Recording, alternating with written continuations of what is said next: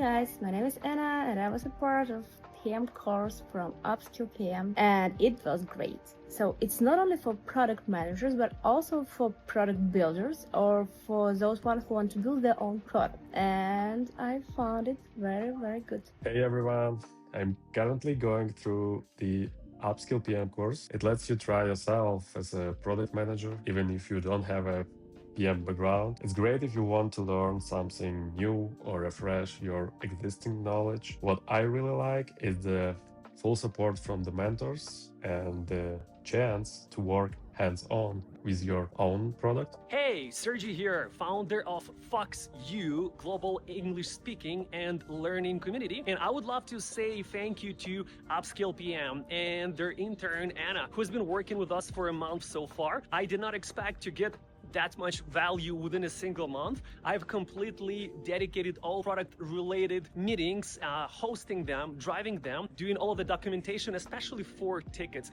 I hated doing that. My devs would always ask me for detailed tickets and I would suck at it. Thanks to Anna for driving it and preparing it in the most appropriate way possible.